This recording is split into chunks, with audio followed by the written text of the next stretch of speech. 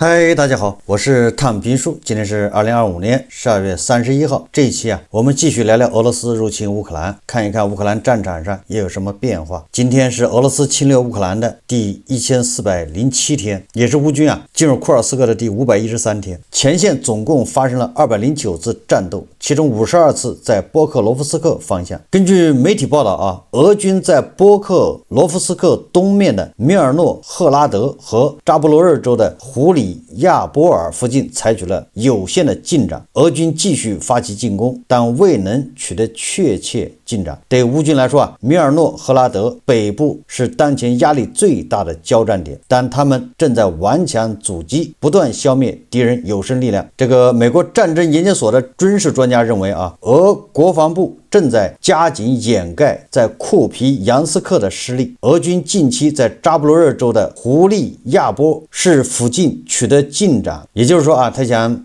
以这个地方的这个成功掩盖在库皮扬斯克的失败。俄国防部将此描绘成大捷，又一次胜利这个战争研究所认为普京对此应该是心知肚明，因为他也需要这样的大捷来安抚俄罗斯国内的民众，并且此时此刻俄罗斯大声宣传前线大捷，可能与泽连斯基和特朗普会晤有关。乌军总司令谢尔斯基对媒体表示他说莫斯科的谎言令人震惊。12月29日，俄军继续在苏梅州北部展开进攻行动，但未取得进展。12月28日和29日，俄军在库尔斯克州和苏梅州发动进攻，包括苏梅市北部靠近科斯蒂扬尼夫卡、安德里伊夫卡、奥列克西伊夫卡和瓦拉奇涅地区，以及金德拉季夫卡方向。苏梅市东北部靠近亚布卢尼夫卡地区，以及苏梅市东南部靠近赫拉伯夫斯克地区。俄罗斯军事博客作者声称，乌克兰军队在安德里伊夫卡附近进行了反击。苏梅州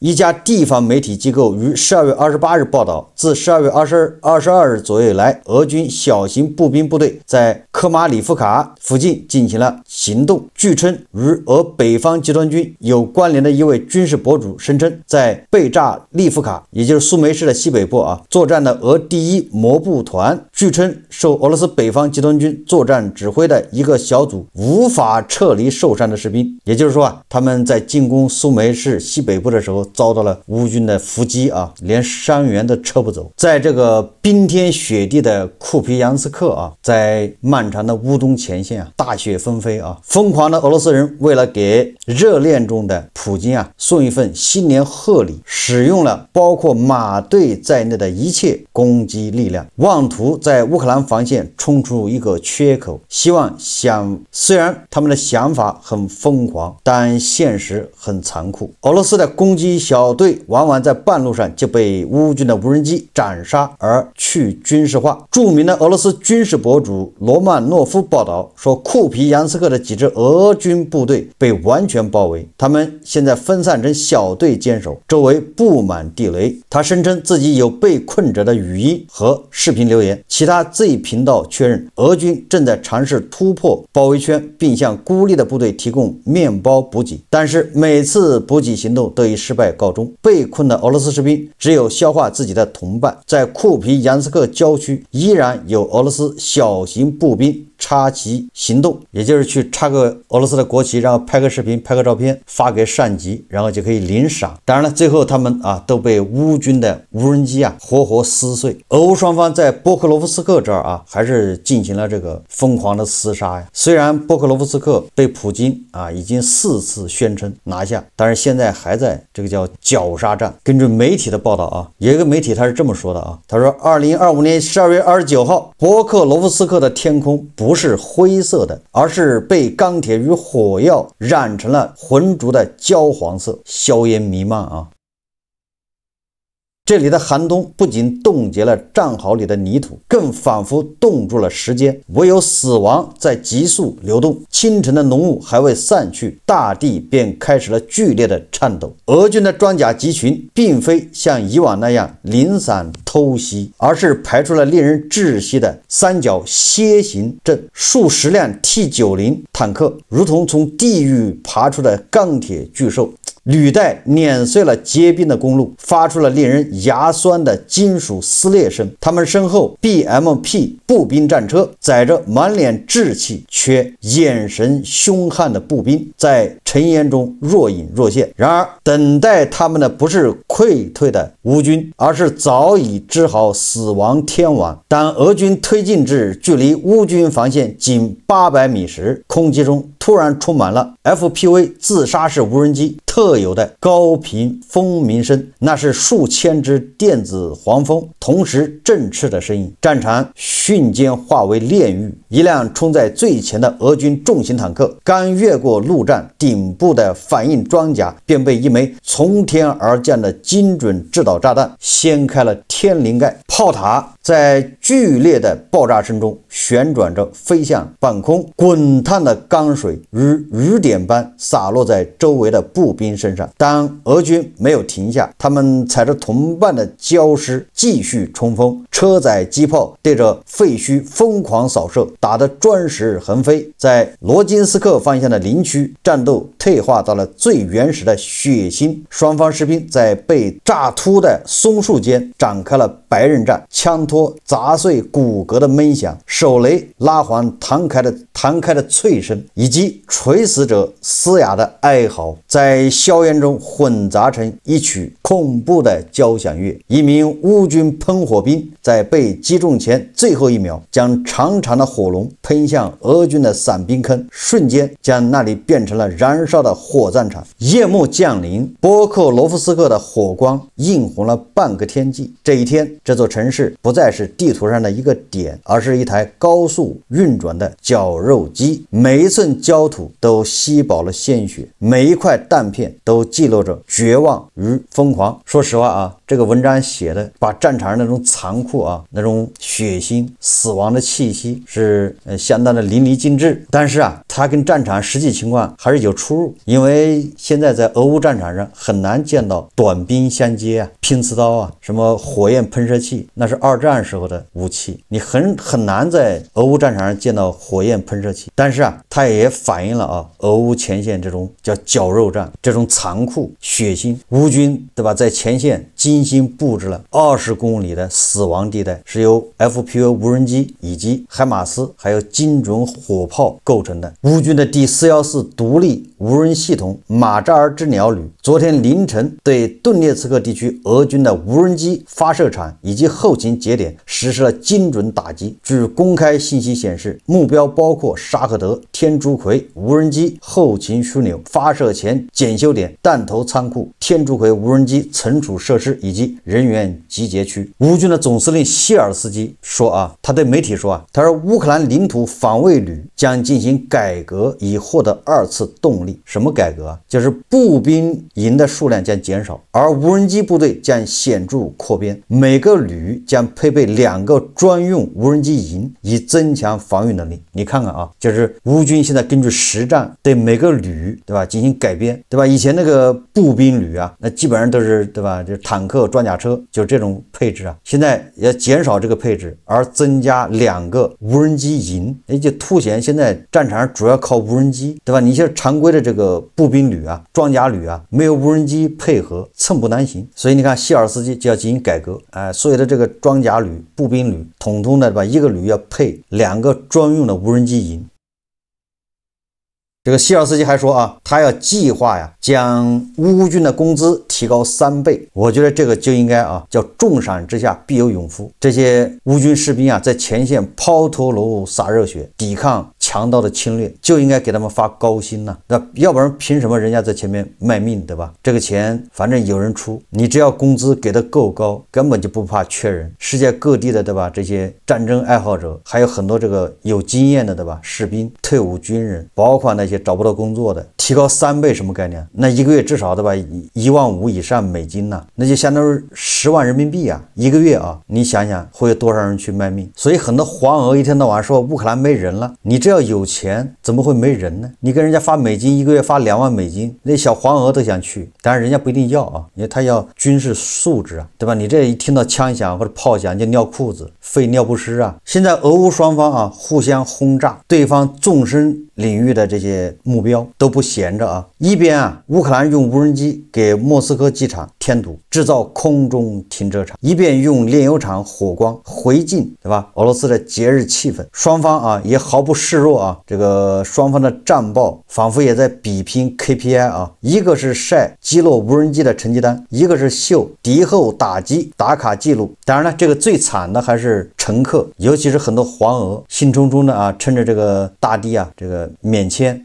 到俄罗斯去一览这个风光是吧？结果这个假期还没开始啊，先在机场看了场军事演习，享受了一下这个没有网络、没有信号这种待遇。这2天啊，大家最关心的还是和平协议，对吧？也就是乌克兰和美国的这个谈判，以及俄罗斯这边的反应，对吧？普京这边的这个所表现出来的啊。那现在看呢，那普京这边表现出来是不打算和谈。为什么这么说啊？就在特朗普啊刚和这个泽连斯基啊在海湖庄园见完面，开完记者会啊，结果对吧？本来这个事情啊似乎啊朝着有利于乌克兰方向发展，天平啊有点倒向乌克兰。就在这个时候啊，幺蛾子又出现了啊！俄罗斯外交部长拉夫罗夫表示啊，乌克兰当局在12月29日凌晨对位于诺夫哥罗德州的俄罗斯总统官邸发动了恐怖袭击，动用了91架自杀式无人机，所有自杀式无人机均被俄罗斯防空部队摧毁，暂无人员伤亡报告。拉夫罗夫指出，俄罗斯将重新调整自身的与美国的谈判立场。这个俄罗斯总统助理乌沙科夫对俄罗斯媒体表示，俄罗斯将重新审视自己的立场，因为俄方别无选择。俄罗斯总统助理乌沙科夫表示啊，他说美国总统特朗普告诉俄罗斯总统普京，谢天谢地，他未向泽连斯基移交战斧式巡航导弹。这个特朗普啊，当时啊正在会见以色列总理内塔尼亚胡。这特朗普对媒体说啊，他说乌克兰军队进行防御是一回事，因为乌克兰军队正在自卫战争，但袭击普京的官邸则是另一回事。特朗普表示，我是从普京那里得知他的官邸遭袭此事的，而且我对此事非常愤怒。你看看啊，这个把特朗普这个嘴脸呢暴露无遗。这个普京每天啊用这个匕首、口径巡航导弹还有超音速导弹打击基辅，对吧？打击这个乌克兰全境。特朗普没有说任何一个谴责的话，但是特朗普却对这个啊还搞不清楚是什么状况，说凭着俄罗斯一面之词，说是乌克兰发射的无人机炸了这个普京的官邸。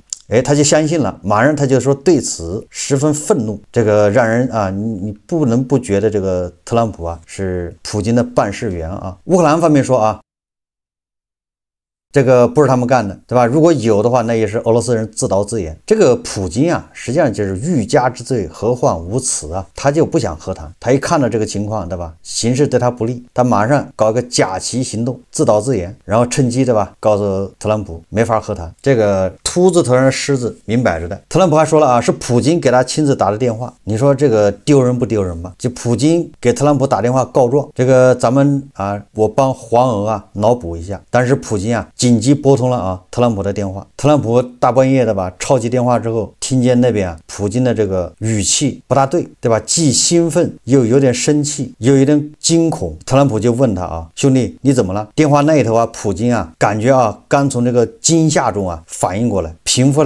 复一下心情啊，舒缓了一下口气，对特朗普说啊，你弟妹受惊了。特朗普一听这话，立马脑袋就快速旋转啊，快速运动飞转了。因为特朗普前不久还在媒体，对吧？对记者说啊，他对美女已经不感兴趣了。这是前不久他在媒体说的。所以普京一说弟妹受惊了，特朗普立马就，对吧？就想到了啊，立马解释辩解，对吧？说兄弟啊，这事跟我没关系啊，我这个第一，对吧？对美女不感兴趣。第二，我这几天一直在海湖庄园，你都知道，对吧？我又没有什么三头六臂，对吧？我又不会分身，什么弟妹受惊跟我没关系。这普京说啊，跟你是没关系，但是啊，是泽连斯基那小子整的。一听到这个，特朗普长吁一口气啊，对吧？他生怕这个普京讹上他，毕竟他手上有什么把柄啊，在普京那儿。一听说是泽连斯基这小子干的，这个特朗普立马就骂道啊，对吧？这个泽连斯基这小子不是东西，你打仗归打仗，对吧？有本事战场上见，你怎么能给人戴绿帽子呢？普京一听啊，对吧？这个特朗普说我替你骂他，我收拾那小子。普京一听不对的吧，立马跟他说啊，不是这意思，是吧？昨天半夜睡得好好的，这泽连斯基这小子啊，不对，跑到我们这个官邸啊，跑到我们这别墅上空放炮仗，对吧？把你弟妹妹吓着了。特朗普一听，是这个意思是吧？不是受惊啊，对吧？你倒吓我一跳啊，都说不清了，对吧？说不清道不明。普京说啊，泽连斯基不讲武德，对吧？打人不打脸，这都知道，对吧？全世界都知道，我现在处于热恋期啊，对吧？你大半夜里跑人家放炮仗是几个意思？俄罗斯那么大，你不能炸，你非要炸我这儿，你看把弟妹吓着了，受惊了。叔叔能忍啊，婶婶忍不了，对吧？就我能忍，但是弟妹忍不了啊，所以这个和平协议啊没法签，没法谈。特朗普一听，心里哇凉哇凉的，你说这叫什么事？所以特朗普第二天啊，对着媒体说啊，说泽连斯基，对吧？他很愤怒啊，确实很愤怒，对吧？你打仗就打仗，你耽误人家谈恋爱，这个不对，对吧？就是说打仗归打仗，不影响谈恋爱，对吧？你打仗你影响人家谈恋爱，这个确实让人生气啊。